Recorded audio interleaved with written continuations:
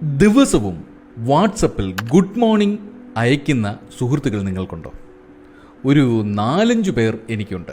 എന്നും അയക്കും. അതിൽ 2 പേര് കഴിഞ്ഞ എത്രയോ വർഷങ്ങളായിട്ട് ഒരു ദിവസം പോലും മുടങ്ങാതെ ഗുഡ് മോർണിംഗ് മെസ്സേജ് അയക്കാറുണ്ട്. ദുഃഖകരമെന്ന് പറയട്ടെ, ഞാൻ ഒരെണ്ണത്തിന് പോലും മറുപടി അയക്കാറില്ല. ആദ്യമൊക്കെ 1-2 തവണ തിരിച്ച് ഗുഡ് മോർണിംഗ് പറഞ്ഞിട്ടുണ്ട്.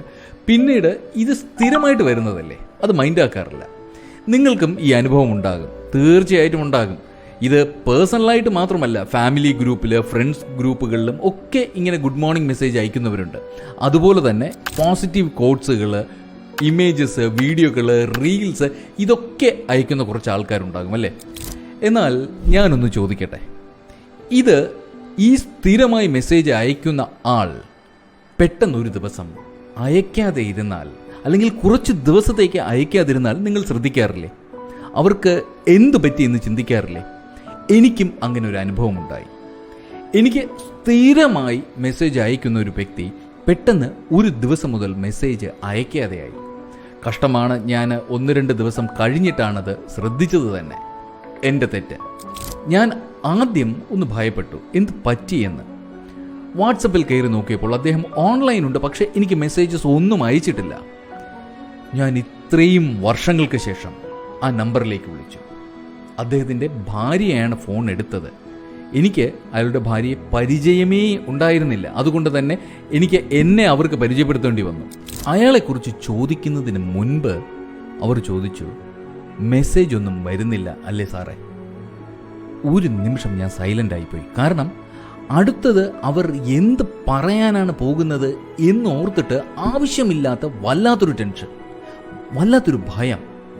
എന്നാൽ ഉടനെ തന്നെ അവർ പറഞ്ഞു, സാറേ പേടിക്കേണ്ട കാര്യമൊന്നുമില്ല, അദ്ദേഹത്തിന് ഒരു പനി വന്നതിനെ തുടർന്ന് ഹോസ്പിറ്റലിൽ അഡ്മിറ്റ് ചെയ്യേണ്ടി വന്നു.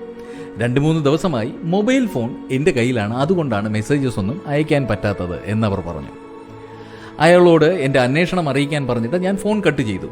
പക്ഷേ എന്നെ ഇത് ഒരുപാട് ചിന്തിപ്പിച്ചു. അത്രയ്ക്ക് വലിയ ആത്മബന്ധമൊന്നും ഇല്ലാത്ത ആ മനുഷ്യനെ കുറിച്ച് ഞാൻ എന്തിനാണ് ടെൻഷൻ അടിച്ചത്? എന്തിനാണ് ഭയപ്പെട്ടത്? ഞാൻ ആലോചിച്ചു, എന്തിനാണ് അയാൾ എന്നും എനിക്ക് മെസ്സേജസ് അയച്ചിരുന്നത്? എനിക്ക് മാത്രമല്ല, ഒരുപാട് പേർക്ക് അയാൾ അയച്ചിരുന്നു. മറ്റുള്ളവരുടെ കാര്യം എനിക്കറിയില്ല, പക്ഷേ ഞാൻ അദ്ദേഹത്തിന് മറുപടികൾ ഒന്നും കൊടുക്കാറില്ല. എന്നിട്ടും അദ്ദേഹം എന്നും അയച്ചിരുന്നു, ഒരു വാക്ക് പോലും തിരിച്ചു പ്രതീക്ഷിക്കാതെ എന്നും അയച്ചിരുന്നു.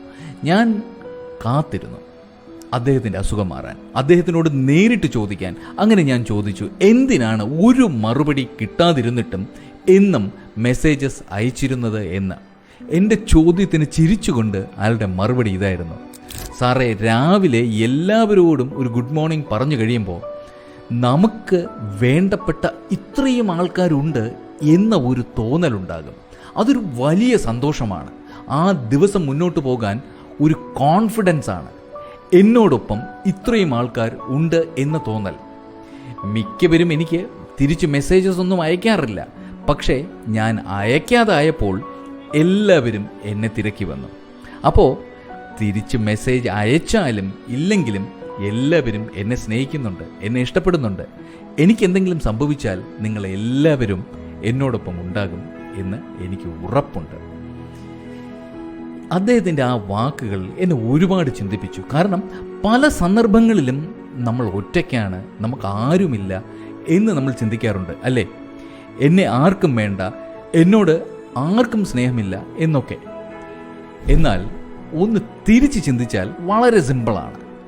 മറ്റുള്ളവർ നമ്മളെ സ്നേഹിക്കുന്നുണ്ടോ എന്ന് ചിന്തിക്കുന്നതിന് പകരം നമ്മൾ അവരെ സ്നേഹിക്കുന്നുണ്ടോ എന്ന് ചിന്തിച്ചാൽ മതി.